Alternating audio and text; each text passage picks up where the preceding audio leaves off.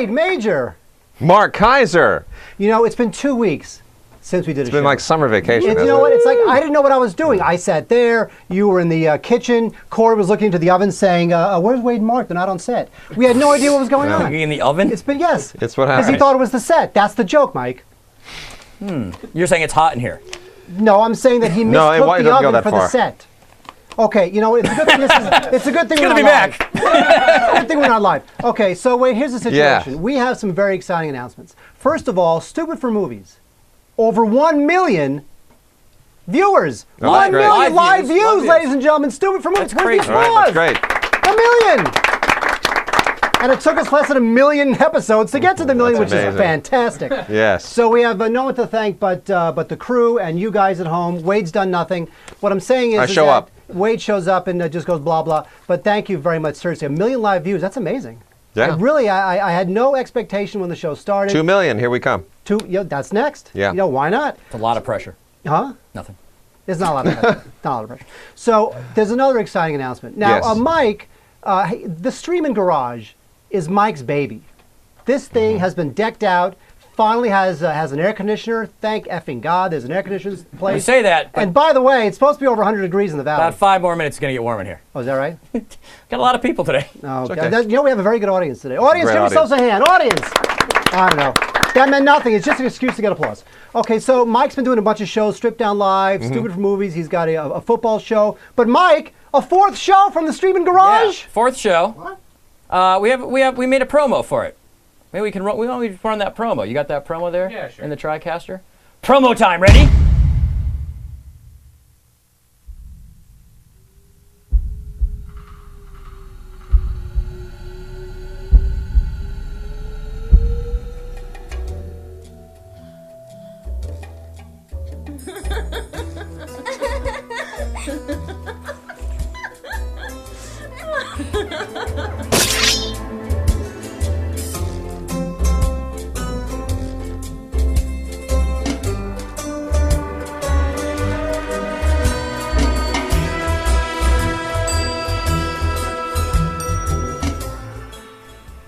Stupid for Dexter!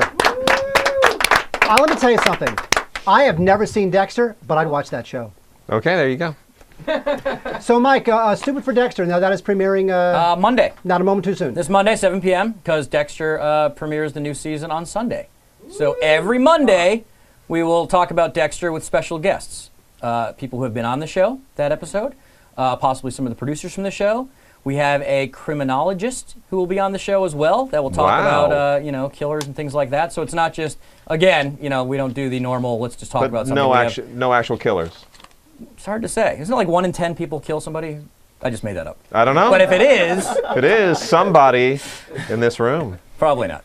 You know what? I was playing poker. I had nothing to do with it. Okay. Okay, so congratulations, Mike, on yet another show. We got the football show, the movie show, the Dexter Kurt show, Smith show, the Kurt Smith Stripped show. Down Live. It's unbelievable. Doing really well. We're getting some big guests on that coming up.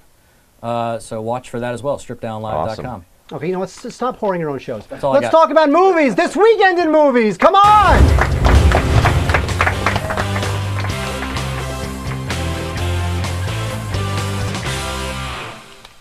All right, now Wade, it was a relatively light last couple of weeks. Well, yeah, it's September. Yes, that is true. Second now, only to January in bad movie months. September, especially around Labor Day, bad movie time. Yeah. January, beginning of February, movie time. Horrendous. It used to be that August was a bad movie time, but now August has picked up. But now they kind of, the tentpole films dribble into August now. That is true. And you used to not go well because the studio saw a hole in the schedule. Because what happens is in the summertime, there's nothing but big tentpole movies, and there's only so many Fridays to open them up. And people still are on vacation in August, so why not take advantage of that? That is very true. By the way, can I say something? No. Easy A, good.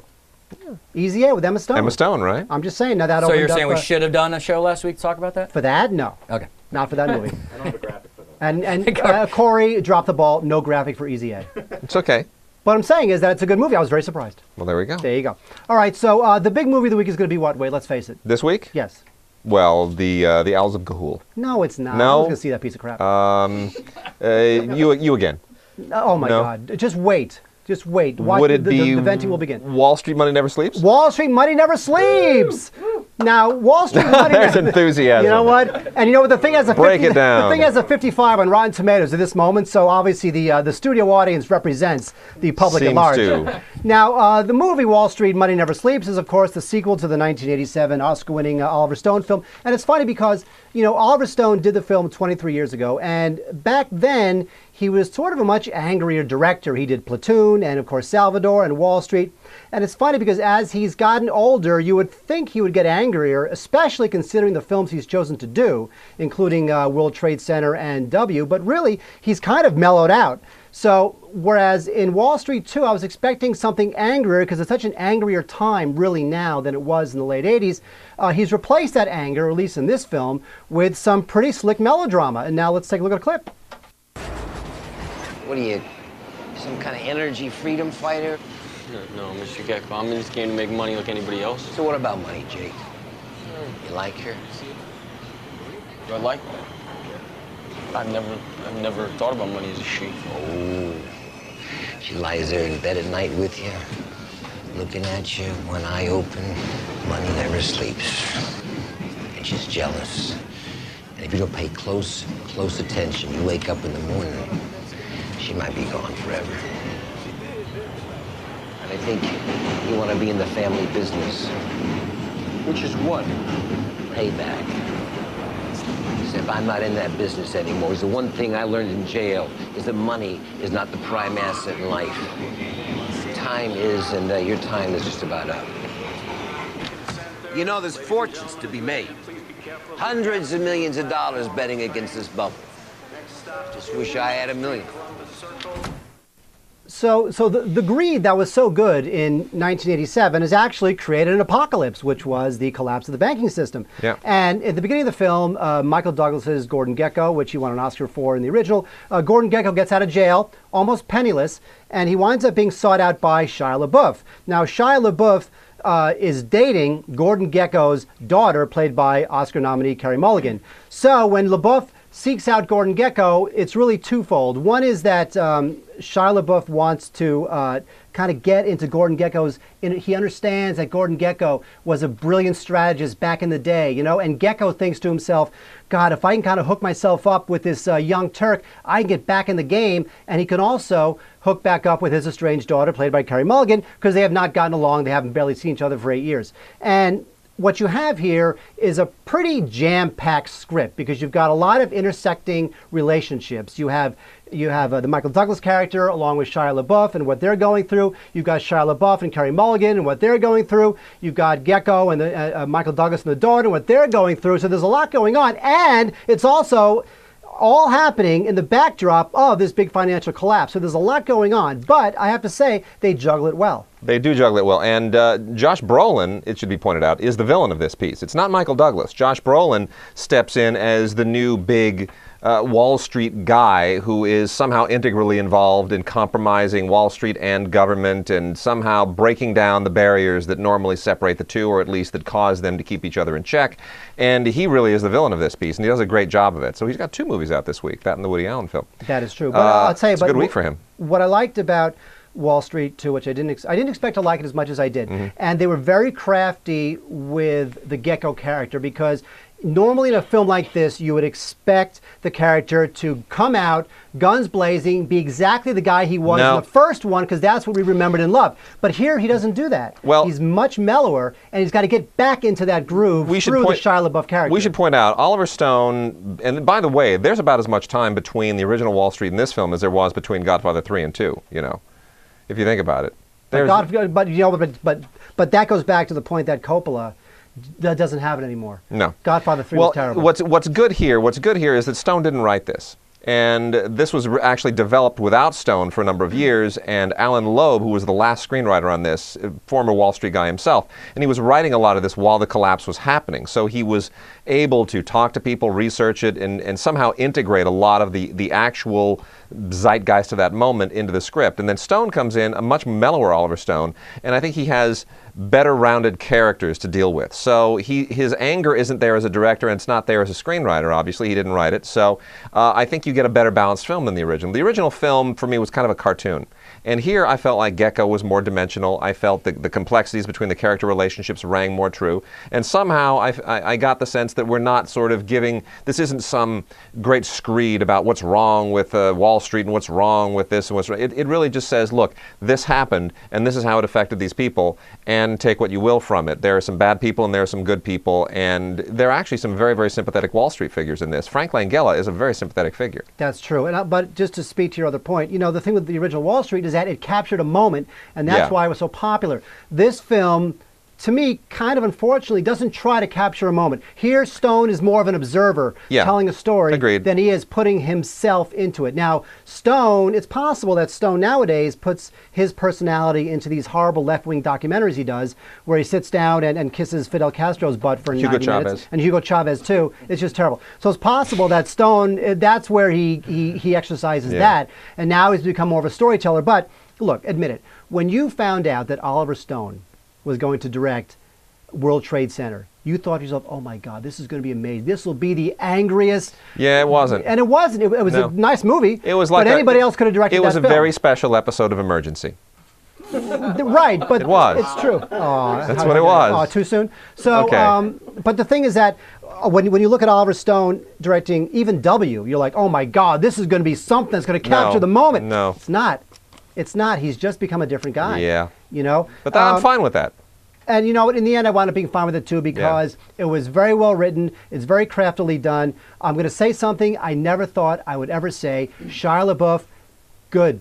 I'm not kidding. You know what? Okay. As someone who shares your disdain for him, perhaps even exceeds it, I'm going to say, Shia LaBeouf, unobjectionable. Because the thing with Shia LaBeouf is that he is not a very, he doesn't show a lot of depth or intelligence in his acting, probably because he's not deep or smart.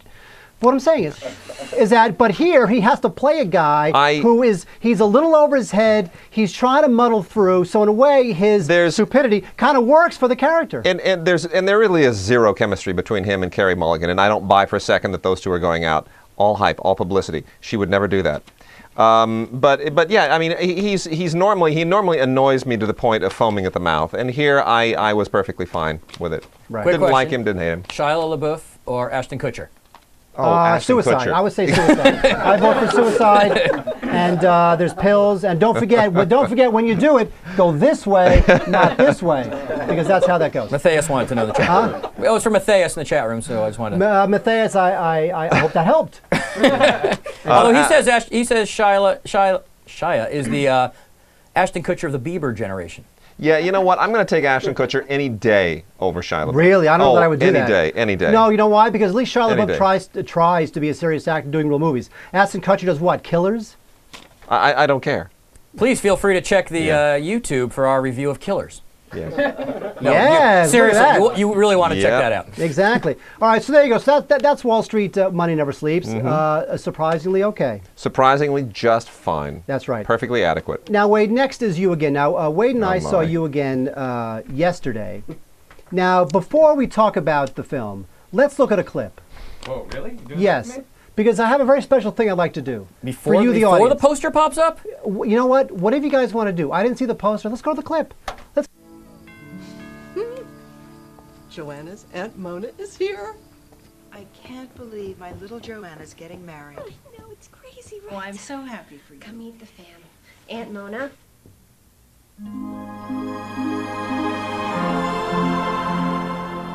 This is Will's sister, Marnie. What a pleasure. Nice to meet you. And this is Will's mom. Gail. Ramona. Whoa, you guys know each other?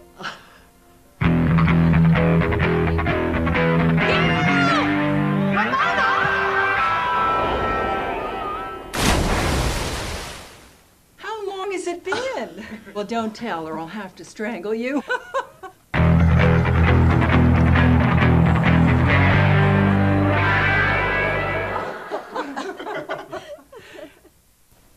I will now discuss you again in the same spirit in which I watched it.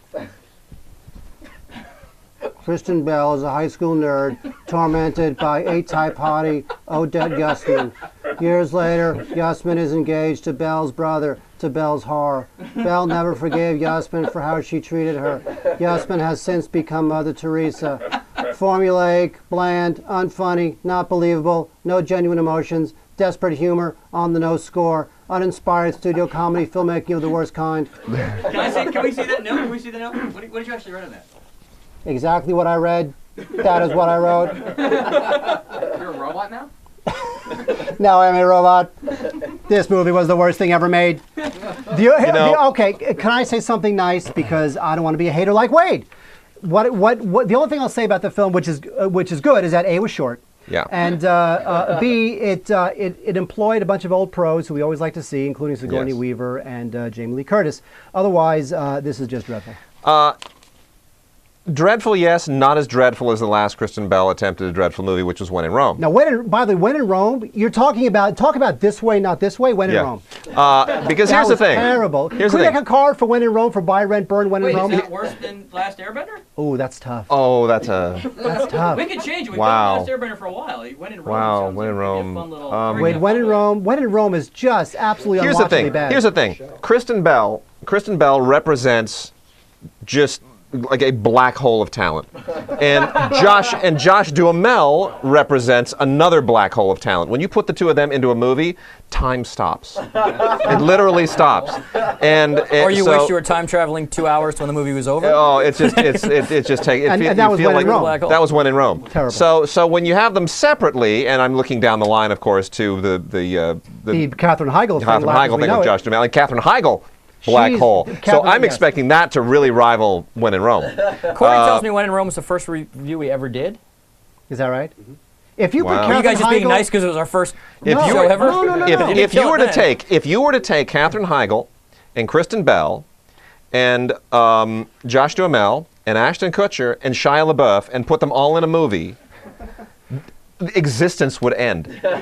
It would. The universe would collapse. The universe would collapse on itself, Yes. and it would be a massive implosion. And what would replace it, God only knows.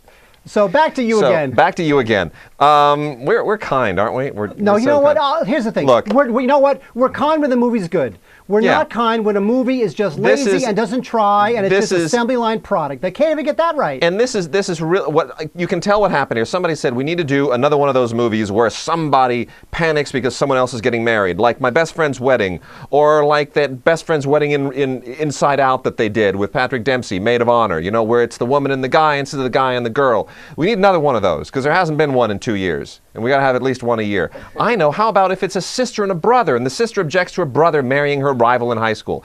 And then chock-a-block, fill in the blanks, red, white, blue, square hole, round hole, fill it all in. And it's slapstick. This is one of those movies where people push each other into pools and pour soup on each other's heads. What? We all And love it's that, don't slapstick we? comedy? That doesn't happen. Really? Somebody really read the script and said, honestly, we got a pool scene and we got a soup scene. And we got like people stepping on rakes and hitting each other in the face. No. What next? Here's what happens. Now, Andy Fickman is not an untalented guy.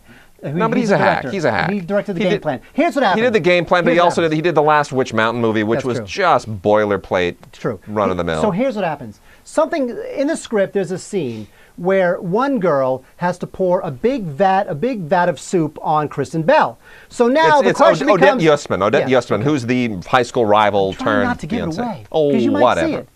In a world I don't want to live in, you might see it. What I'm saying is that somehow Andy's got to get Kristen Bell, into a chair with her back to Odette Yustman so that Odette Yustman can walk up to her from behind and pour the soup on her head. Now, they've just had this enormous knockdown, drag-out fight. So there's really no reason why the character, after having just this big drag-out fight, would literally sit down with her back towards the person she just had a huge fight with, unless the script said she had to have a big thing of soup poured on her head. How about, that's nothing. How about, let's see if we can find a way. See, Kristen Bell was kind of a nerd in high school. That's the thing. She had glasses and braces and acne and bangs. And now she's all hot, right?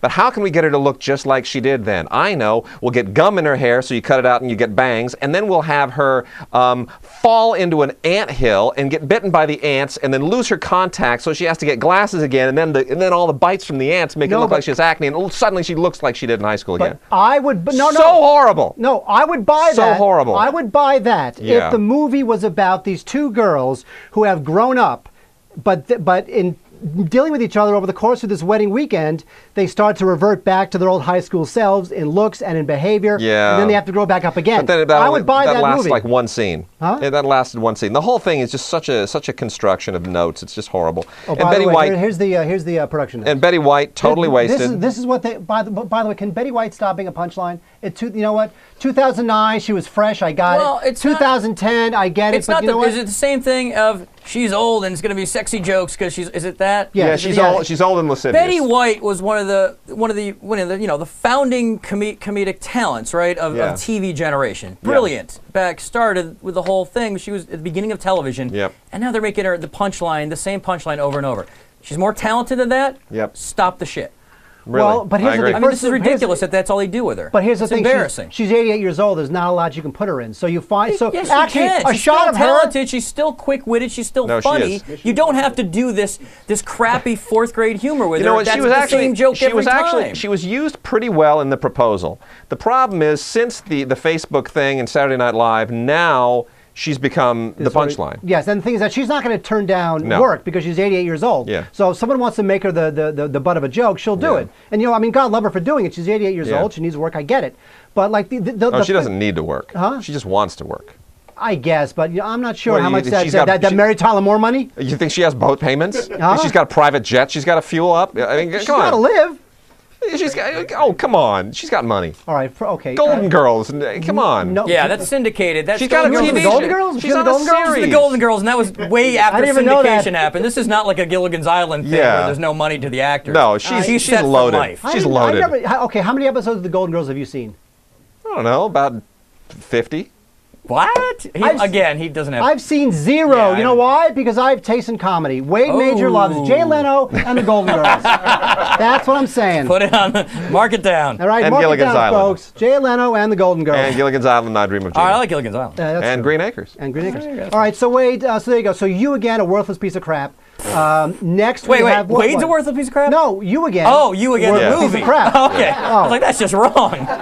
Although it's not Okay. ironic that I said it that way. Now, next we have the Ghoulies of the Ghoulies, right? Is that what we're doing now? Yeah, the Ghoulies? legend. Next is the Legend of the Guardians, the Owls of Ga'Hoole. Legend of the Art. Yeah, woo is Creepy right. Owl fans here. This is an animated film directed by Zack Snyder, who of course did 300 and many other horrible movies. And we're going to talk about him big time in a second. But first, let's look at a clip from this wonderful film. Now, Matron's instructed me to give you lot a rundown on the way we do things here. During your basic training. Basic training? You don't just become a guardian overnight. It takes years and years. Only our absolute best are chosen to be... Wait! Who are you? Are you going to keep interrupting me? Now, if, however unlikely, you do have talent, you'll be tapped or selected for a specialized chore or squadron. There's navigation, healing, search and rescue, blacksmithing, weather interpretation, colliery. I expect to be placed in the navigation chore myself. Name's Ochalissa, by the way. I'm Soren.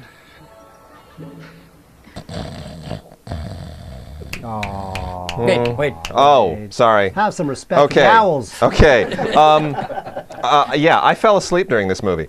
I fell asleep about 15 minutes in. With the glasses, 3D glasses on? With the 3D glasses on.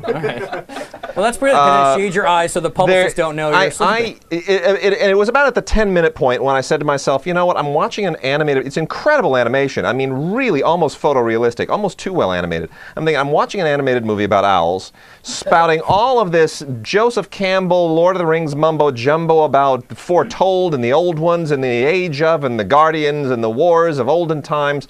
And there are no people in this world. There are just like bats and a snake and a lot of owls. And I'm serious. The owls kill them? 'Cause then you got a movie. And a Tasmanian devil. So there's like one snake, a Tasmanian devil, a lot of bats, a lot of owls. And they all talk with Australian accents, and they all kind of look the same. They're like young owls and old owls. And the old owls, at certain points, some are evil, some are good. The young owls is like some evil owl empire that's going to take over some good owl empire, and, you know, somebody gets kidnapped. Makes no sense. It's horrible. It's heavy-handed. This is based on some books written by Catherine Lasky. Obviously, I've never read the books. I assume they're probably, you know, great for kids. But this thing is so overwrought. Zack Snyder just he does that thing that he always does, right? Where the action is all a mixture of slow motion and then speed it up on impact and then slow it down and speed it up on impact, which is kind of stolen from Guy Ritchie to begin with. And this thing is so tedious, so incomprehensible. And violent. It's violent, and it's a lot. Yeah, the only thing that makes this not an R-rated film for kids is the fact that when the owls put on their big bladed talons and go to battle with each other and start hacking at each other, you don't see limbs come off and you don't see blood, but it's violent. Now you realize that on the billboard art for this, the billboard art for this movie says, "From the studio that brought you Happy Feet." Yeah, the animators. Oh, look, kids, let's go to the movie that made us Happy Feet. Woo! And then they're scarred for life. It is, but the other thing is the animation is too good. The movie wouldn't have worked under any circumstances, but I kept thinking, you know what? As a non-3D film in 2D cell animation done like Secret of NIMH style, this would have had a levity to it that would have made it bearable. I would have known who was who. I would have been able to tell owls from each other because some would have been blue and some would have been red and some would have been kind of cross-eyed. You know, you would have had that Don Bluth Disney thing, and it wouldn't have felt so just completely busy and just like overwrought. It's very heavy and so overwrought. Heavy-handed, so overwrought. And the thing is that it's boring. Right. It is truly boring. All of that, the old ones and the young ones and the Guardians and the legends and Foretold and oh, that's another thing. There's some kind of an anteater thing in this. Well, now I'm on board. You know, one of those. What do they call them? Anteaters. So no, it's not an anteater. There's aardvarks. No, there's another thing. It's some. No, it's one of those weird. Somebody a message board. Some kind of marsupial. We're not moving on from this movie until we find out what. Okay. Some kind of marsupial. Okay, okay. Here's the thing. So you liked it, great. Now let's talk about Buried. Horrible. By the way, Buried. Buried. Let me tell you something about Ryan Reynolds. I don't like him. Really? Like anybody? No, not this week. Ryan Reynolds. I have two words about Ryan Reynolds. Smarm Factory. Every time I see this guy, he's this super sarcastic, unctuous, smarmy guy. But everything he's next in. week, you didn't see Ryan Reynolds on the show. You didn't see Blade Trinity. Smarm Factory. What? You didn't see Blade Trinity, did you? Yeah, I did. The line that he has on Parker Posey when she's torturing him. You can't quote it on the show. It's not appropriate for primetime family hour. But what would an owl say? It's the internet. Oh, we don't have any primetime family Oh no, hours. it's a great line, and I'm not going to blow it because people need to rent Blade Trinity. Really? Ryan Reynolds rocks that movie. Yeah, buy. Yeah, buy, rent, or burn. Whoa, Blade Trinity. Buy and rent and burn it. Make it happen. We're not on that. Okay, anyway. Corey dropped the ball. Whoa! There we go. Corey picked up Look the at ball. that. The TriCaster can do anything. J-Mac and the TriCaster. Boom. All right. You want it, it's done. J-Mac picked up the ball. Okay. Well, actually, Buried. Let's talk a little bit about Buried because I actually like Ryan Reynolds, and I'm looking forward to Green Lantern. So, hooey with you. Hooey with you. We're gonna let's look at a little bit of Buried, and I think everybody's heard about this because it came out of Sundance with a lot of buzz, and it was everyone's kind of like, wow, what an interesting idea. Well, yes and no. Let's see a little bit of the movie. Thanks for calling the Conroys. We're at home right now. Please leave a message after the beep. Paul Conroy has a lighter, a cell phone, 90 minutes of oxygen. I need $1 million by 9 o'clock tonight, or I'll be left to die in this coffin. And very few options. Listen to me. These guys didn't know where we lived. They have my driver's license. Do not go back to the house. Your ransom video already has 47,000 hits on YouTube. Hello? Where is money? Let me out of here, and I promise you I will get you the money. You show blood. What? You got fingers.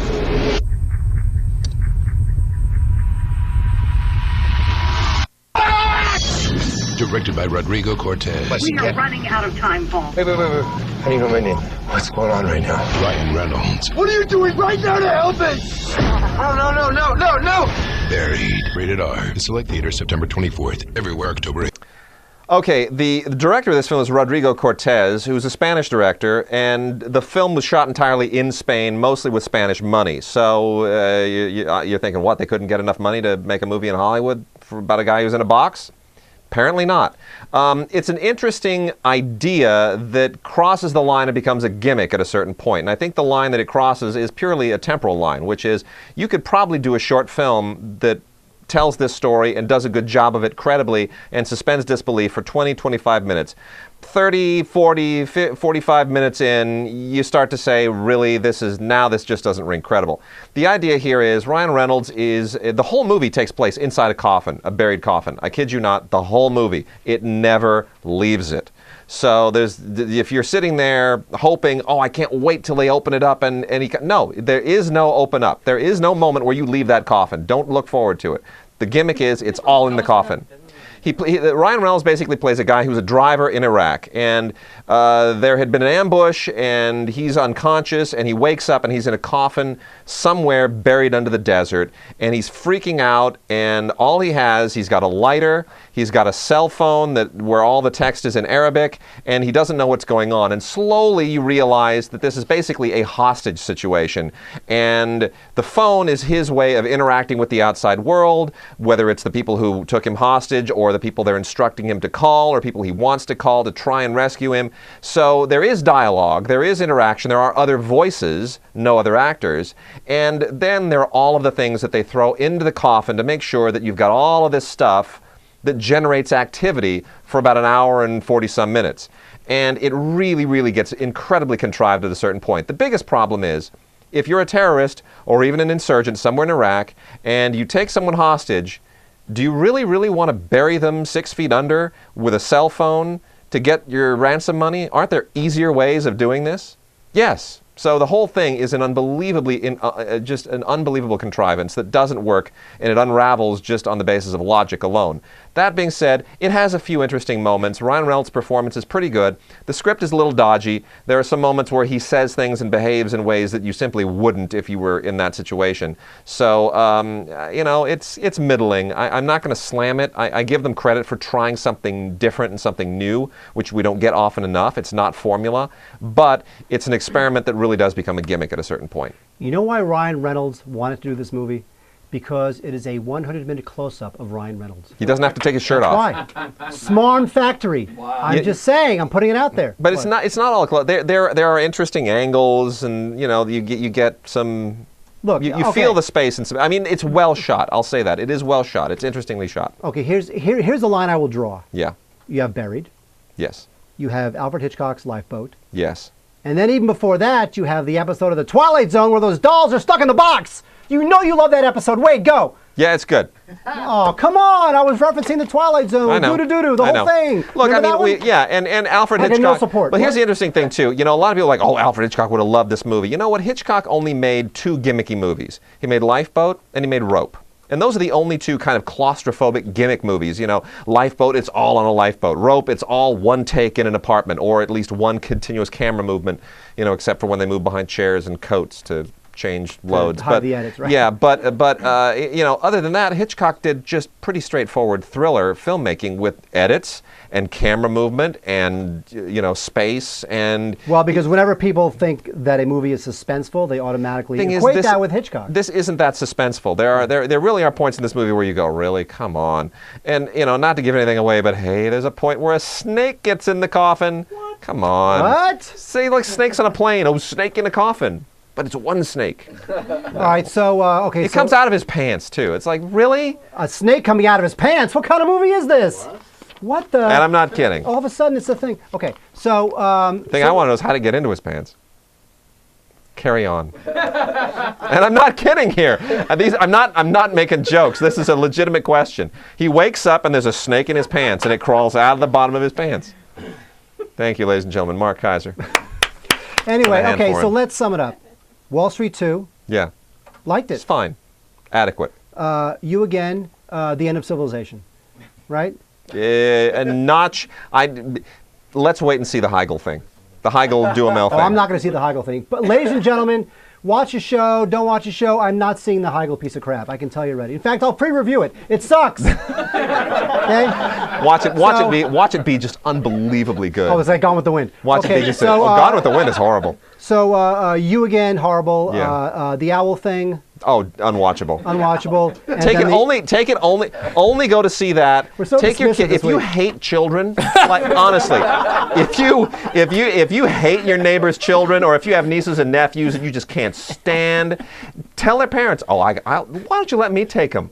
I'll take them off your hands and take those children, scar them for life with the owls. All right, so I've got $8 to see a movie because I use my student ID film for discount. What movie am I going to see? Oh, Wall Street. Oh yeah, Wall Street. No, for Wall sure. Street. Wall Street is a legit film. good. Yeah. Okay. Yes, and then Buried is it's a gimmick. It works as a gimmick. I get it. Some people are going to enjoy it. I'm claustrophobic. I but want nothing to do with that movie. I understand. Moving on. Moving on. So that's this weekend in the movies. Wade, there it is. Yeah.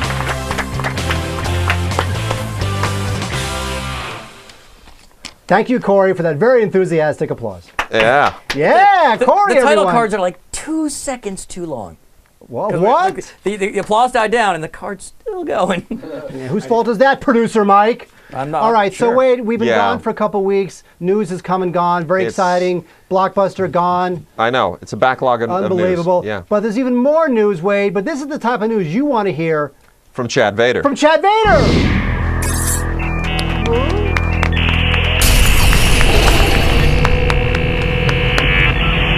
Oh, Chad. Hey guys, how you doing? Oh, we're doing great. Chad, how's the Empire market? Oh, good. I just had a terrible shock recently. A snake crawled out of my pants. It's horrible.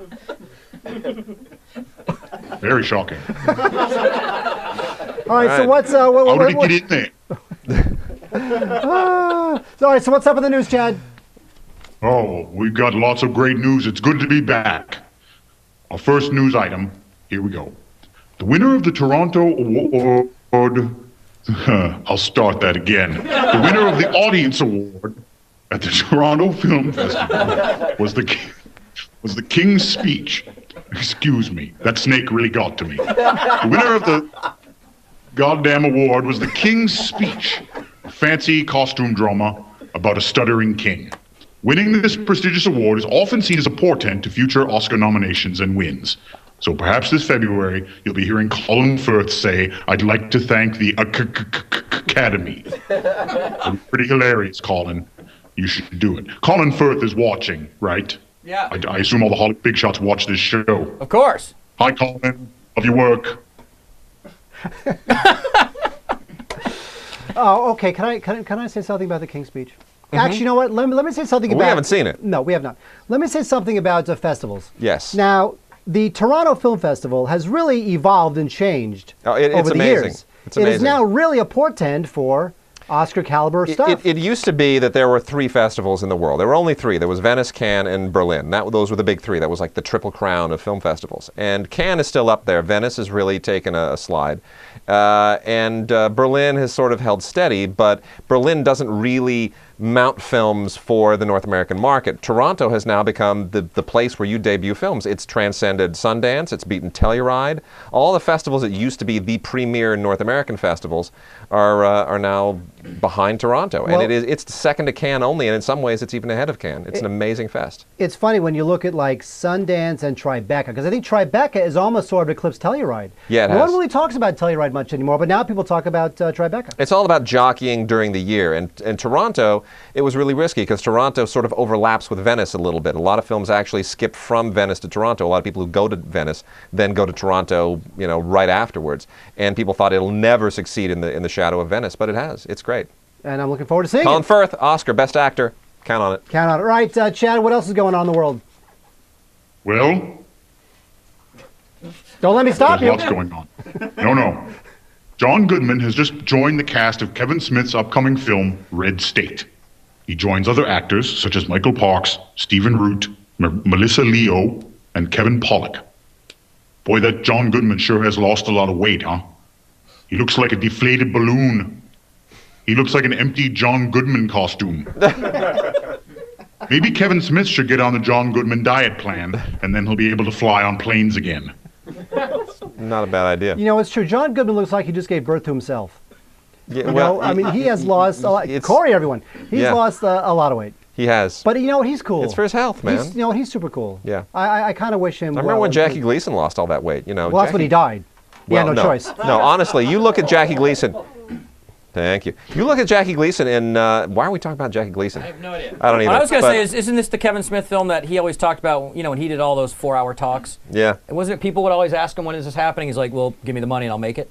Yes. So who you know finally what? funded it and how did that? I don't know. Well, you know what? Here's the thing. Wade and I have talked about Kevin Smith before. I love the idea that a guy like Kevin Smith could make a movie like, let's say, Dogma, where you go, oh my God, what is this guy going to say about religion? But then he winds up making a Kevin Smith movie. Exactly. And I don't like it as much as I want to. No. Here's another thing, this Red State, which is sort of based on the Westboro Baptist Church people. Yeah. Sort of a spoof based on those guys. Those Well, that's something you want to spoof. Well, those guys are just Wait, let's let's do a Charles Manson spoof. Well, the Westboro guys are just like beyond evil. So I can see where they're where they need to be brought down a few notches. And Kevin Smith has that sort of humor, in theory, where he could just knock that thing out of the park. But again, I always hesitate. I guess the question is going to be how many Star Wars references in the movie? Because every one of his movies it's always some Star Wars thing that goes on forever. And I just Fred Phelps and Star Wars. I don't know. Chad, what do you think? I like it. There we go. Not paying attention Speaking of at Star all. Wars references. No idea what you're talking about. I know. All right. All right, Chad, what else? I heard Star Wars. I caught that. All right. What an ego. Next story. Randy Quaid and his wife Evie have been charged with squatting at their former home in Santa Barbara. They claimed to still own the property, but it turned out they sold it several years ago. Now they've been charged with felony residential burglary, resisting arrest, and causing over $5,000 of damage to the home. And they're in jail, and they have forever put a black mark on the name Randy Quaid. A name that has previously been synonymous with class, dignity, and good taste. I would like to say I have nothing to say about this story other than the fact that that's an amazing picture of Randy Quaid. That is hysterical. Can we see that again, those two pictures? Look at that, huh? Let's see those again. That is great. That is amazing. You realize that in 1996, he flew the plane into the spaceship in Independence Day that saved the world. I know. Randy Quaid at one point saved the world. Now he's squatting. And now he looks like he's doing a Joaquin Phoenix thing. He's doing Maybe it's Joaquin. for a movie. Yeah. It's a documentary. We'll get to that next. It's just this whole train wreck all with Randy and his wife, the hotel bill stuff, the squat. It's like what's wrong? What are they on? I don't know. Maybe he was on Golden Girls. That was a callback to about 15 minutes ago. Rewind your file. That's comedy. It's comedy. See, It's a comedy callback. writing is about callbacks. It's a thing. You It's a see slap. the joke, Your you see the iPod. joke, and then down the line, when people have forgotten about the joke, you call it back. You got any and funny it's headlines? Because Headless man found in topless bar. That's what I've got. That can't happen. This could possibly be. Okay, that was it. That's my let up. All right, Chad. Yeah, you got one more, right? I do. What be it? It's funny you mention Joaquin Phoenix, because lastly, Casey Affleck, director of the documentary I'm Still Here, has revealed that Joaquin Phoenix's weird rapping antisocial personality is a fake. Not that any of us were really surprised. Phoenix created this artificial personality as a stunt to look crazy for this kooky fake movie. I think the whole thing is ridiculous. That would be like me saying that I'm not actually Chad Vader, that I'm just this fake personality created by, say these two weird guys. There's this one dope who wears a silly Halloween costume and dances around and pretends to be me, while the other loser talks into this tube with this stupid deep voice and tells all these lame jokes and dubs it over like it's my voice. And these two Star Wars obsessed weenies pretend to be this different person so they can get attention on the internet. Would you watch that? Anyway, the answer to I'm Still Here, as far as I'm concerned, is who cares? By the way, you know what? You and I saw I'm Still Here. Can I tell you my reaction to I'm Still Here? Bored as hell while I was watching it, but it grew on me in the days after I saw it. I'll say the same thing I said about Buried. It would have been a great short film. About 25 minutes of that material is interesting. An hour and a half, 100 minutes, it really, really wears thin. The thing with that, Paul Tompkins was tweeting as he was at the movie, and he would keep leaving to tweet from the movie, and now he's like, I'm at the popcorn thing, still nothing's happened. Be right back and tell you if anything. So it was awesome. That's probably the best part. You have to respect his commitment to the bit. And what's funny is that maybe it's because my day job is TV or whatever it is, But you always knew this was was not a a real horrible documentary. bit. I don't understand why people were fooled. I don't think anybody was fooled. No. Really? First of all, David Letterman was fooled. No, or he at was least not. No way. Letterman was completely. When you watch that thing, I was like, look. You realize, here's the thing. You realize the reason why they were able to license 5 minutes of that show. They didn't license 5 minutes of it. No, because they thought it'd be fair use. No, but They thought they get fair use. he was on Letterman last night, and Letterman's like, you didn't pay us, and you said it was documentary, and it obviously is not a documentary, which we knew it wasn't, and we never gave you the rights to do it. And you know, if anybody's worked for Letterman, and we know people who have, there's the on-screen Letterman and there's the not on-screen Letterman. The not on-screen Letterman was showing up yesterday in that interview, where he was seriously like pissed. He was nice, and he's like, no, why'd you take our 5 minutes? Well, it was gonna be a documentary, but it wasn't a documentary. You owe us $1 million. Well, he ha. had And him he's on like, the show no, just to I'm get to that moment. Serious. Yeah. And you're gonna see CBS is definitely gonna go after him. You can't Well, take 5 minutes of a show. Well, especially and it was now not a documentary. Especially nowadays, when now it's DVD, they can get some money off of that. Streaming, they get money off of that. So he's going to be in a lot of trouble for this, other than the fact that it bombed miserably. You know what? But the thing is, there are when a movie gets released, the distributor has to make sure that everything is cleared and everything is legally okay. I mean, that's why you get errors and omissions insurance, and attorneys comb over that stuff. I got to believe that. I mean, I thought Letterman was faking it last night, but if you say it's no, you could see. I know stories, and you could see the change in him, that he was kind of serious, and he was. I think you're gonna. It'll be even if interesting. Letterman wasn't serious, and I'm pretty sure he was, CBS will be. Yeah. They're going to be serious about that, because that's somebody taking their stuff. They have to say to the president, so you can't use our footage. That's ridiculous. Interesting. Hang on, let's see if Chad Vader's yawning, because sometimes he falls asleep when we go too far afield. You okay there, Chad? You falling asleep? I'm still here. Oh, yeah! Chad Vader, everybody, with the news! Chad Vader, thank you very much! See you later, guys. Oops. All right. Well, here's the thing, Wade. Now That's pressure. We have not been here for a couple weeks, so we have not had any try this at homes. No, we haven't. Okay, this week we have a try this at homes. Yes, we do. But it's a very special one. It's a celebrity try this at home, of which you've already seen the graphic. Would you like to see it again? I'd like to see it again. I mean, who wouldn't? Hey, there it is. Look at that, celebrity try this at home. All right. Now, this week we have Sandeep. Now, Sandeep, who is right over here, poised and ready to be interviewed by Wade and myself. We are the Mike Wallace and some other guy from that show that I don't watch anymore. Morally Safer. Morally Safer. I get to be morally. Of the show, exactly. Yeah. The time is ticking down on our careers, it turns out. There we go. So anyway, so Sandeep, he, the Guild, Legend of Neil, and great taste in movies, it turns out. We'll be here to talk about his Pick the Princess Bride. First, let's take a look at Sandeep. Okay, here comes one. One, come on, wait, another one's coming. Oh, get out, get out, get out. Oh, my hoo-ha. Oh, gosh. I got it. Oh, curveball. Good instincts, Dad. Dad?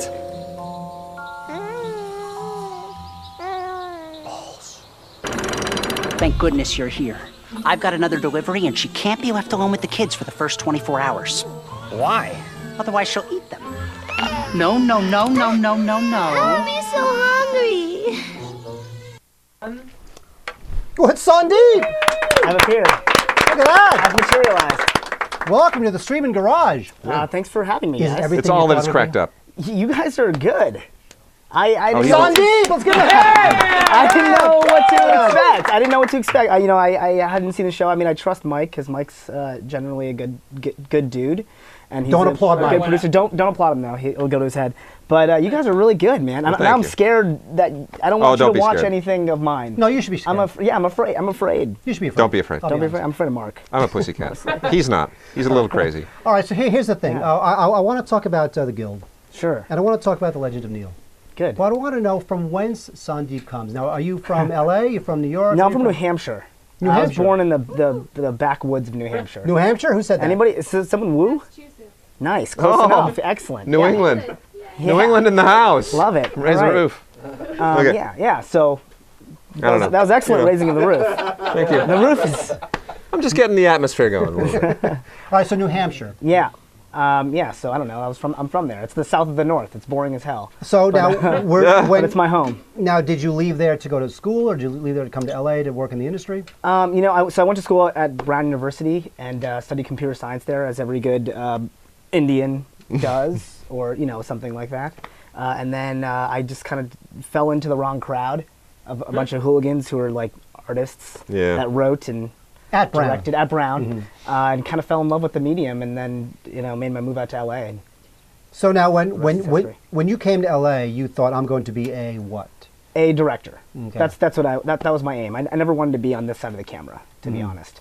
But I did a lot of improv. I always felt that even though I didn't really want to be on this side of the camera, I should know what that feels like. If you're going to be a good director, you want to kind of see, you want to feel it from everywhere. So I PA'd, I've camera operated, so I thought, well, hell, I got to act too, and if I'm going to tell an actor what they should do, I should experience what they're going through. So I took a lot of improv classes and fell in love with it, and kind of got good at it. And then, I fell in with the wrong crowd again, folks like Felicia Day, who cast me in the Guild.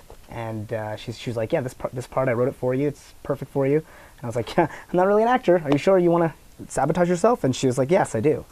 So we made the Guild, and it's totally blown up. It's been an amazing experience. Yeah, well done. The Guild started when? When was the first? 2007, summer 2007. She was writing it. It was right around the same time that I was creating Legend of Neil. I created the first episode of that. We were just kind of. It's when the internet was getting hot. YouTube, people were posting stuff on YouTube and getting millions of views, and so we're like, hey, let's do it as well. And so she wrote the part for me, and we shot summer 2007, and that was a really interesting time because we were shooting like 2 months apart episodes, because like it was whenever she could sort of build enough cash to shoot 2 or 3 episodes over a weekend, and then she threw up a PayPal donate button, and got the audience themselves to donate to the show, which I think is sort of unprecedented. To go, forget going through a studio for anything, but you're just going straight to the people that love your show the most, who are dropping in 50 cents, $1, some even $100. Just hang on. Really? Hang on a second. Hang on. Here, look. If you want some more money, look, here's a buck. Wow. Giving this guy a buck. Oh, this is... A buck for his show. Mark Keizer just gave Sandeep a buck for his show. There's no PayPal. I don't know what that is. There's no PayPal. I give him a buck. I appreciate it. You're very welcome. I'm going to go make a 1-800 call ATT. Treating our guest like a Shut the hell up. stripper. I want my buck back. You're treating our guest like a stripper. All right. Yeah, stuff it in my bra, please. Exactly. I wear a bra. So you got paid to do the show? Yeah, we get paid now. That's yeah, great. we did it for bagels and handshakes, and now we actually get paid money. Oh, wow. That's pretty great. Yeah. So now, is the expectation that you would sell this and make it into a film or go sitcom, like it's Always Sunny in Philadelphia? Is that sort of one of the paradigms, or not the paradigm? Is that one of the examples that you look at and go, "Wow, they did this as their own DV thing, and they wound up selling it to FX"? Yeah, I mean, I think you always look to the folks who sort of, whether it's Kevin Smith with Clerks or whomever, the self-starters who came from nowhere and decided to make it themselves. But I think with the Guild specifically, I know it was important for Felicia to she wanted to do it her way. She wanted to star in it. She wanted her cast. And so as the show got more and more popular, she turned down offer after offer of folks who just wanted to sort of buy it up and take all the rights and recast it with better looking Indian people. I don't know, Kalpan, I guess, would be playing Zabu. No. And so she just kind of refused and said, we're doing well on the internet and we're able to make the show. We kind of don't need you. We can make the show over weekends and pay everybody, pretty well off of just donations and stuff. That's amazing. The PayPal model is, it was a gutsy thing to do. Yeah, it was really gutsy. She's turning down, I can't name any names, but $100 million directors were coming to her being like, hey, because if nobody hits the PayPal button, then that's a vote of no confidence. So you have to be confident in your fans to be able to... Or it's also a vote of very poor fans. It's True. possible, too. But that's pretty great. That's a gutsy move, and it paid off. That's great. So here's what happens. You're doing the Guild, right? Mm-hmm. You're bitter. Thinking to yourself, it's Felicia Day, she's taking all the acclaim, right? You're bitter. You're like, I want to do it myself. Thinking to yourself, I'm going to do my own thing, right? I'm Sandeep. Kind of. I grew up in New Hampshire with Emily. It's unbelievable. Right. Yes. Adjacent. So I'm thinking, Massachusetts. Emily adjacent. So now I'm Emily thinking, adjacent. That's how you roll. It's my geography. Exactly. Yeah. So now you're thinking, I'm bitter, I'm angry. I don't like this Felicia. I don't get it because you know what? She's a hack. Doesn't know what she's doing. I want to do my own thing. I want to call the shots. So you think to yourself, I'm going to do the Legend of Neil. Well, that's kind of not how it went down at all. What? You did not do your research. No, it's research. What? No, I did Legend of Neil. It was very concurrent. Like I had been shooting my own sketches well before the Guild and Legend of Neil, and then Legend of Neil was just another one that I sort of put together with my buddy Tony Janning, who plays Neil. We just funded that out of our own pockets. Cost $600 to make the pilot. We stole locations and shot the pilot, and that was at a time when YouTube was just kind of getting going, and we decided to, rather than go the route of trying to sell it to whomever and go through my agents, I just threw it up on YouTube and was like, let's see what people think of it, and we got 500,000 hits in a month. And then I went to all those people, the Spike TV and the Comedy Central and all those folks, and pitched to them armed with the 500,000 views that we got in a month, and already a fan base that wanted more. It helped tremendously. I walked out of all those meetings with an offer.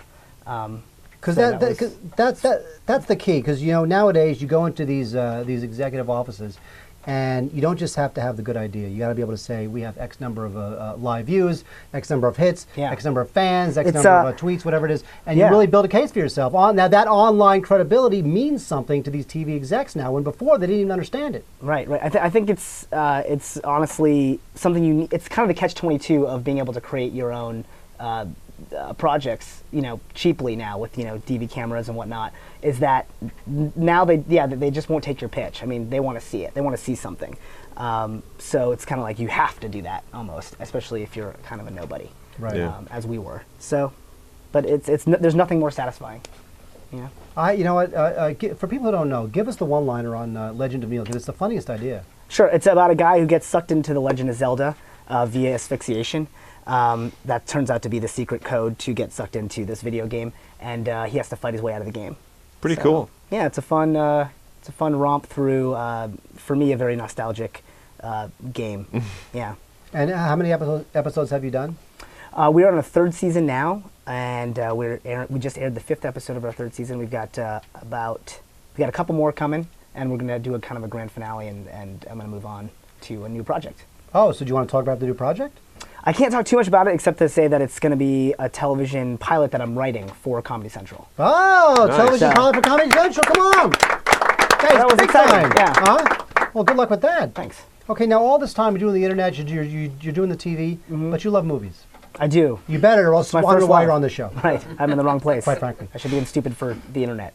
Exactly. Stupid for Comedy Central pilots. Yeah. So sold. Done and done. Comedy Central too. That's it. We're doing a show. We're doing the Adam.com Comedy Central show. There it is. Rubber stamp it. Okay. So Princess Bride. Yeah. Your pick. Yeah. Oh, Princess Bride fans somewhere. Yeah. Oh, there it is. See? Now, tell us about why you love The Princess Bride and when you first saw The Princess Bride. Inconceivable. Oh, we're that's quoting a quote lines. from the movie. Yeah, no. That was the movie that I got. It's probably my first memory of being in love with a movie. Was The Princess Bride, and we had it on a pirated VHS. My parents were way too cheap to actually buy the movie. But they were not too cheap to buy extra VCRs to make pirated copies, which is kind of funny. So I watched that movie to the point that the VHS was unwatchable. Like it just when VHS is when things actually degraded after you watched it multiple times back in the day. So that movie was just one that I watched over and over again. It was the type of movie, and there are very few of these for me, where like it sort of introduces a new world, and you don't want that world to end. Like you just feel like around every corner there's a new something awesome, and not a CGI world. Yeah, not a CGI world. Yeah. That's if you've seen Legend of Neil, that's the inspiration too, to make it practical. Yeah. And to build it. We had to do so on a tiny budget, but The Princess Bride by far was one of the main inspirations for me to become a filmmaker at all. Now, are you sort of a child of that time, like the 80s, late 80s, early 90s? Is that your that Princess Bride? That is when I was is that your in formative? No, but is that your formative movie-going sort of era? Like me, I'm very like mid to late 80s. Yeah, that's my thing. I think I'm an 80s. Yeah, I'm probably an 80s child. Rocky. Right. Princess Bride. Okay, Star Trek 1 or Star Trek 2, go. The movies? Yeah, so pick 1 or 2. Wrath of Khan. Thank you. Stop. Every chance I get, I won't wait to look stupid because you love Star Trek the motion picture. Which is 1979, by the way. Right, it's well It's a 70s film. It's not an 80s film. Yeah, it's just like Serpico. That's and all right. Those great like Lumet Serpico films. and Godfather and One Flew Over the Cuckoo's Nest and Star Trek motion picture. You see what you started? I was -1 years old when that. Yeah, see? So there. You know what? That's why. That's what. You should be lucky that you were not actually alive when Star Trek the motion picture. Oh, stop. Yeah, that's true. Okay, so Princess Bride. Now, producer Mike. Yeah. Now, Sandeep loves Princess Bride. We all love Princess Bride. They're quoting Princess Bride here in the audience. Do we have anybody message boarding, tweeting, Many. Facebooking? We've got lots of message boards. We got 3 people waiting to talk to him on Skype. What? Oh, You let's get your go. whole fan base in the chat room. Some are shy Very to exciting. talk to you. They're shy? Yes. I Don't want be to talk to shy. them. I'm a little shy, says a few people. So please let them know they should It's be shy. it's safe to talk to me. Please do. I won't bite. It's actually physically impossible for me to Who are we bite going you. to start with on Skype? All right, let's go. Let's go for the first Skype. This is video or audio? This is video Skype. Nightmare. Wow, that is okay. Let's cut to Nightmare. Yeah. Wow, yeah, Nightmare. How you doing? Where are you calling from? Man? Good What's Nightmare. up? Wait, where are you calling from? Nightmare. Black Sky Radio home studio, brother. Oh, I love Black Sky Radio. It's the best. I'm just saying. I do. I love Black Sky absolutely. Radio. Long-time listener, first-time caller. Really? Well, at least on video, yeah. Yeah, absolutely. I actually didn't leave the studio tonight just for this because I wanted to do a call-in with Sandeep about the Princess Bride via video because this is totally awesome movie. I was actually in college when this came out. I'm pretty old, but really enjoyed it and have ever since it came out in '87. One of the things I loved about it is that it's probably the most quoted movie outside of Caddyshack out there. Yeah, I think I could. I mean, I don't want to challenge myself, but I feel like I could. When I watch that movie, I end up talking through the whole. I end up quoting the entire movie as I watch it, just because. Like every line is brilliant to me. No, you're absolutely right. The writing was fantastic. The acting was great. Little Fred did a great job. Kevin Pollak was awesome as the old guy. I'm kidding. And about Kevin. Columbo was great in it too. Nightmare is. Right. Can I ask you something? Is your name Inigo Montoya? No, but I do know a guy with 6 fingers. Oh, right. Awesome. The guy is actually a cat, but hey, we'll go with it for the story. My name is Inigo Montoya. You killed my brother. Father.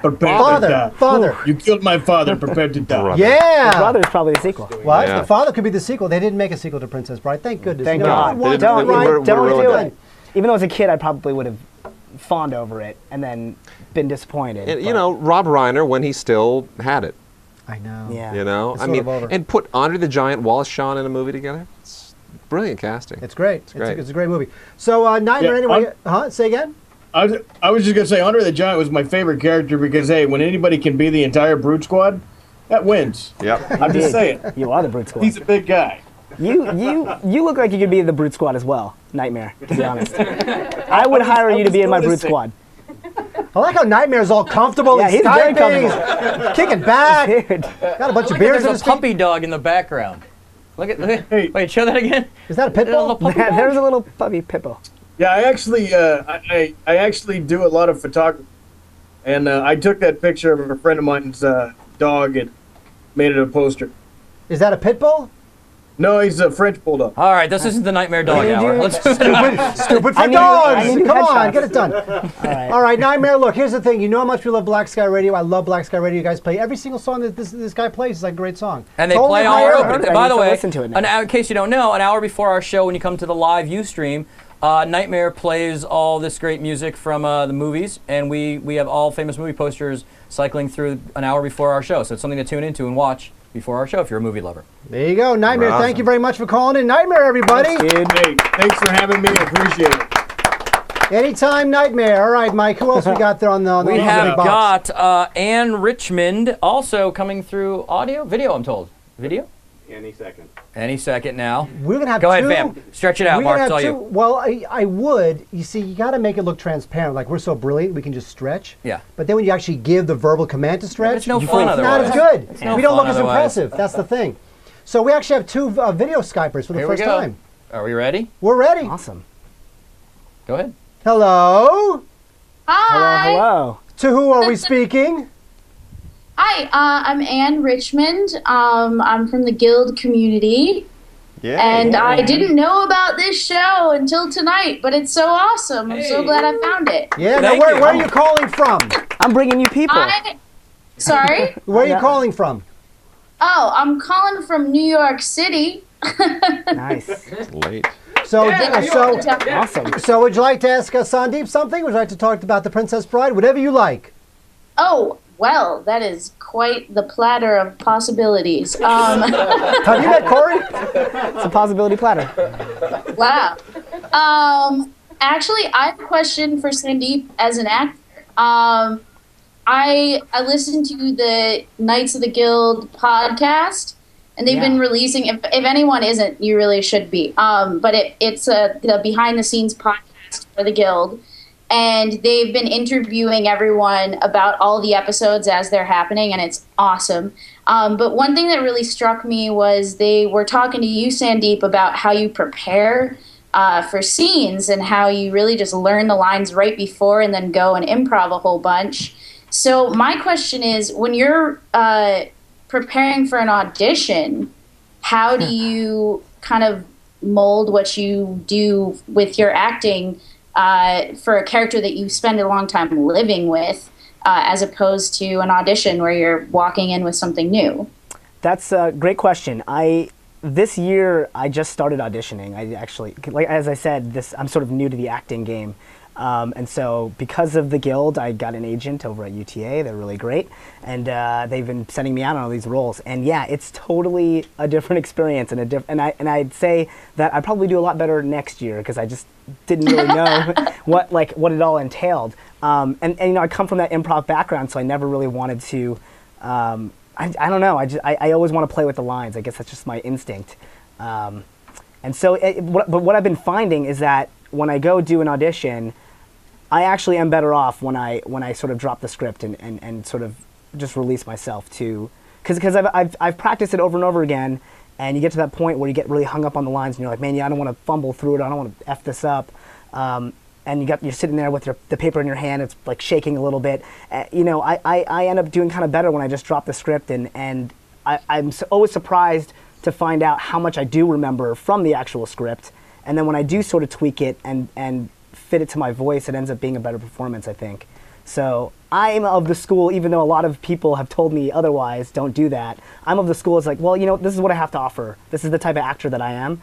Right. And this is the best that I think I can do if I'm sort of riffing a little bit. So I might as well give them that and make them laugh in the room than worry about some sort of artificial rule of, hey, you can't drop a line, this is TV or whatever. So that's been my take on it. Cool. Excellent. Cool. Now, have you seen Princess Bride?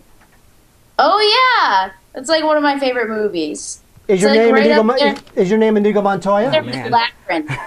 Sorry? I'm just going to keep going to that, are you? Is that, Yes, because I want to get it right this time. I said brother last time. I wanted to say father. Oh, okay. Yeah, there you go. So, so you've seen Princess Bride. You love Princess Bride, right? Good pick from It's super Sandeep. good.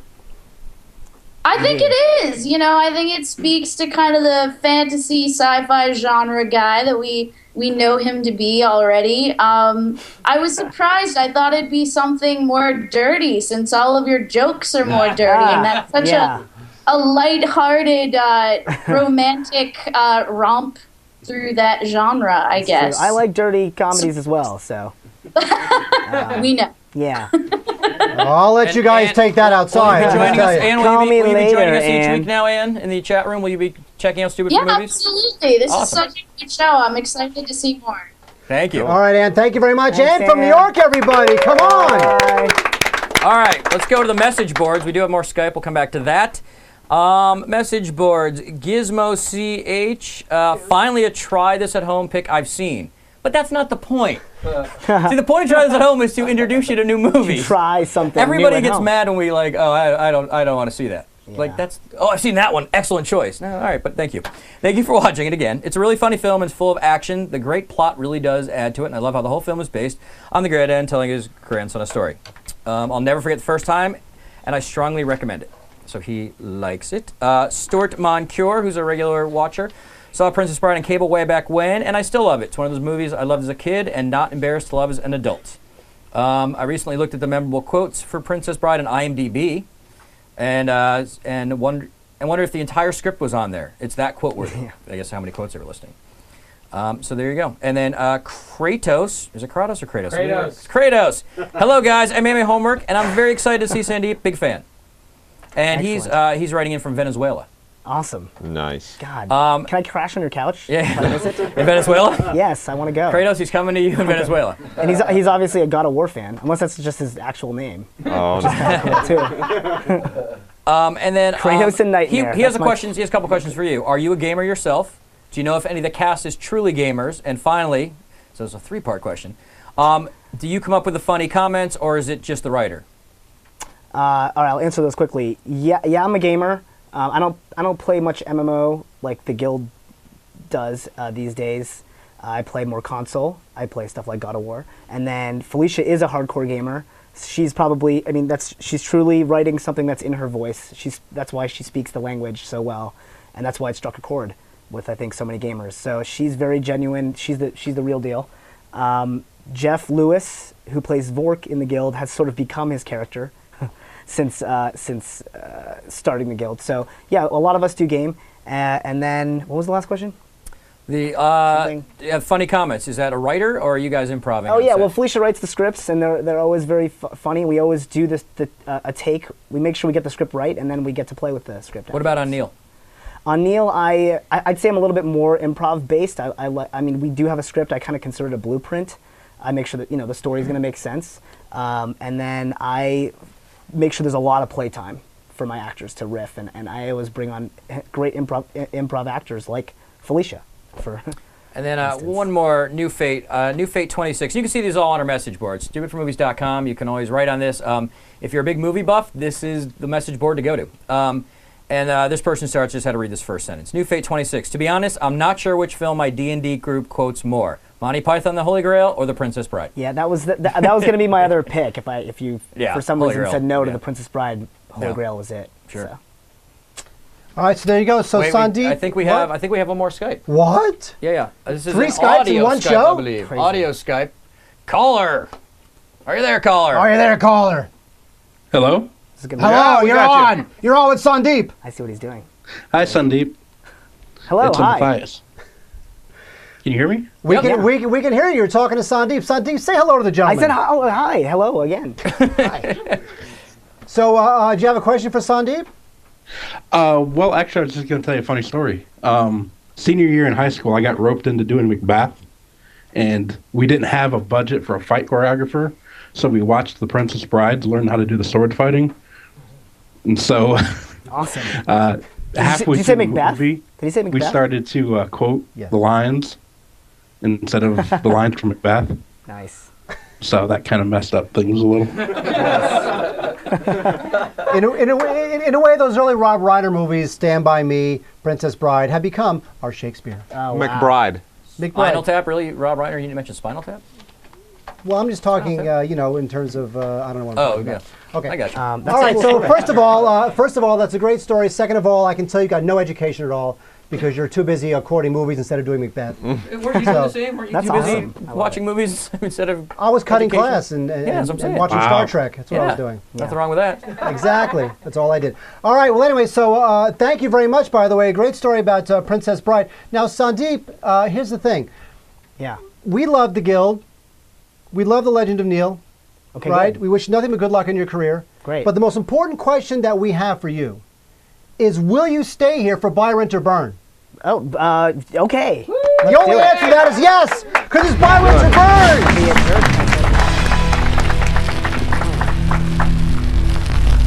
Okay, Sandeep, in case you haven't seen it, and I will assume you haven't, Here's what happens in Buy, Rent, or Burn. People have been emailing us on the message boards, stupidformovies.com. We have a Facebook page, whole thing. And what happens is Mike compiles all these movie titles that have been suggested by our fans. Doesn't show it to us. He fires the names out, rapid succession, quick fire, and we say if we would buy the movie, rent the movie, or we hate the movie so much we would either burn it or we would airbender it. Which is the worst of all time. It's the worst movie of the year. Yes. So these guys have never seen these, just so you know. Nope. This is all between us. They have not seen it. These are all coming from the chat room tonight live, so you really haven't seen them, obviously, just to prove our point. Now, this is a lot of work here for J-Mac. Jason McIntyre. J-Mac, yeah! We got him, all right. He's on the TriCaster. Good. He's ready to go. Let's do this! Wow. Cue the walkie music. All right. Sean Things asks about Observe and Report. I like that movie. You know, I really like Observe and Report. I like it 1,000 times better than Paul Blart, which was like the cheesy family film version. Observe and Report is dark. It's got some just really evil comedy in it. And when you do dark, wicked, mean, evil comedy, you got me. I agree. You know what? I already own the It's been 2 weeks. Is that a buy, rent, or burn? I already own the DVD, so I'm going to say do like the Keizer and buy it. On Sandeep, Blu-ray. go. I say rent. I liked it, but I wasn't in love with it. Give Sandeep a rent. There we go. Yeah. All right, moving on. Nightmare 54, who we saw. He's getting too much time. Cadillac Records. Burn. I've never seen I would say Rent. Brent. Brent is better than a burn, less than a rent. I'm there. I I'll say concur. Brent. He doesn't have. You can't do that. All right, rent. Yeah. Miracle technology, but we can't do that. Okay. Not memorable, but Sandeep not is terrible. passing. All right, moving on. I'll Brent it El sometime. Samich. El Samich, who, by the way, is now the star of our. He's the star of our Stupid for Fantasy Football. He's always in the chat room, always asking questions. So we'll give a shout out to El Samich. Robot Jocks. Nice. What the hell is that? I don't even know what that is. I have no clue. He has lost his No star idea. status. I've changed my mind. What the hell's Robot Jocks? What's Robot? 1990 goofy B action movie. Oh, of course. Yeah, the robot. Corey. J-O-X. Was anybody Buy, rent, or burn, Corey? I'd burn it, bro. Corey says Burn it. I burn it. It's J-O-X. Did that help? Huh? It's not J-O-C-K-S. It's J-O-X. No. No. Sorry. Matthias asks about Brother from Another Planet. Oh, bye. Come on. John Sayles. Any John Sayles film is basically at least a rent, but you know. But that was during that's that was right at the beginning of that streak where he had Mate One and just, 8 Men Out. 8 Men Out. It was like about 8 or 9 years of amazing John Sayles work, just unprecedented. And that was right. That was the first one. That movie's made for a shoestring. That's true. It was like a flashlight up his sleeve, and you know. That's true. Great movie. Yeah, great movie. Buy for sure. Buy for sure. Yeah. All right, Sandeep, Cool. you Yeah, go? sounds good. No, I sounds agree. good. He's on board. Buy He's it. on board. All right. Kratos asks about The People versus Larry Flint. Buy. Yeah, you gotta buy that. Gotta buy that. Gotta buy that. Terrific script, great lead performance by Woody Harrelson and Milos Forman directing of all people. I mean, isn't that odd? It is odd. Written by Larry Karashevsky and Scott. Those guys. Those guys were the two. Scott Alexander and Larry Karashevsky. They were the star team in like the for about 5 years. Right, sometime in the mid to late 90s. Yeah, I don't know what they've been doing Courtney since. Love was supposed to be the next big thing in terms of acting, and yeah, no, that's a really good film. Courtney Love started. People versus Larry Flint. Oh yeah, Courtney, that's true. Yeah. She was also in a But she movie just played called. herself. She got an Oscar nomination. Yeah. I don't know. That's ridiculous. Why did she get an Oscar nomination? Because she's good. Huh? Because she was good in it. But are you good if you're just playing yourself? Well, Just playing a mess? I mean, Dexter Gordon got an Oscar nomination for literally playing himself I in thought he was Round going to bring up Midnight. Stupid for Dexter. I was like, what? No, Dexter Gordon. I mean, he literally played himself in Round Midnight and got Oscar All right, nominated. so I think did we get your JCVD. ratings? I think Jean-Claude Van Damme should have gotten it. Yeah. we like that. Lady Diout asks about Sliding Doors. Oh, the Gwyneth Paltrow thing. Gwyneth Paltrow, London, door sliding. I No, liked but it. it's an innovative, interesting, Rom-com-y challenging thing. film. It's got some interesting little things. So I'd say Rent Rent. it. Rent. Rent. We got three more. Luke Starkiller again, chat room. So if you want to be in the chat room, join us live. And Luke Starkiller 90 asks about Brick. Oh. Luke Starkiller, by the way, he doesn't think we know that Luke Starkiller was the original character name for Luke Skywalker. Yeah. He doesn't think we know that, but we know that, buddy. Wow. I burn your attempt to burn us. Brick. Brick? Rent. Ryan Reynolds? Not Ryan Reynolds. The other Jordan, guy. Joseph Gordon-Levitt. Yeah. Yeah, I'm gonna go with Rent. Rent it. Go. Yeah, Cue the graphic. Yeah, I'll do that. All right. All right, well, how many more? Come on, Two let's more. get them going. Hush 5 asks about Evil Dead. Oh, bye. Yeah. Well, it There's depends not which even DVD version. That thing's been on That's DVD true. Like 73 5,000 times. times. There's always another Yeah. special edition. But now Wait, it's on Blu-ray. And even though it's an old film that doesn't necessarily benefit from the Blu-ray treatment, I would still go for the Blu-ray. I'm going to say rent Evil Dead, buy Evil Dead 2. Okay. Yeah. I Evil Dead like 2 that. is I cool. sort of agree with that. Yeah. One more. Jester94 asks Good about pick. Solaris. Which one? Which one? Solaris. Which one? Solaris. Two of them. Solaris. Huh? Solaris. Tarkovsky, buy, Soderbergh, rent. Tarkovsky buy for sure. I'm still, because I really like the Soderbergh, but the Soderbergh sort of leaves off all the Tarkovsky prologue. It's entirely in space, and it's... 2002. Which one was 2002? Soderbergh. That's the Soderbergh. You want Soderbergh. I'd say rent that. It's a Rent that. good film, but I can't recommend for buy, rent. But buy the Tarkovsky. Oh, totally. So there you go. So Sandeep, Solaris, just say buy, rent, or burn. Just say it. Oh, rent. Rent! Woo! Says Sandeep. So there you go, folks. That's this week's buy, rent, or burn.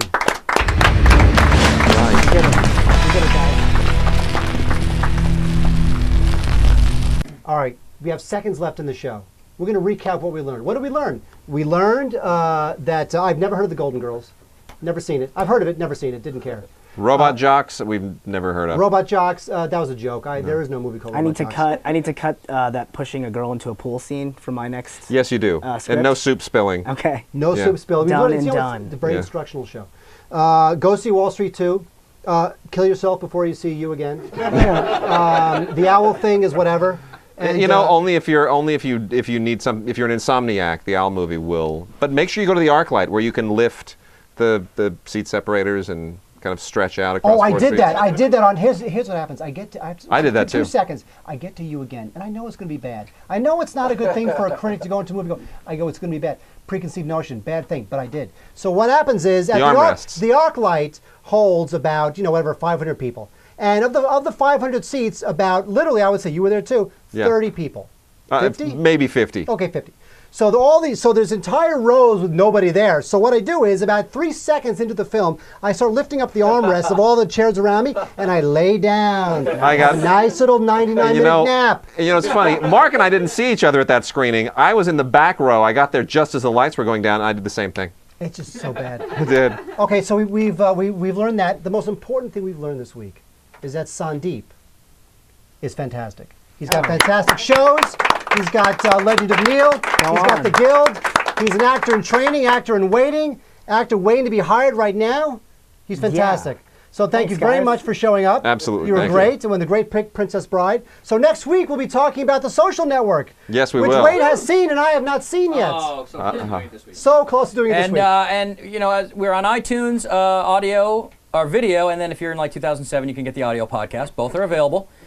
We just now are a YouTube content partner, so we will put the entire shows up on YouTube as well as Blip, as well as our website. Yeah. So you can watch them everywhere and get them everywhere.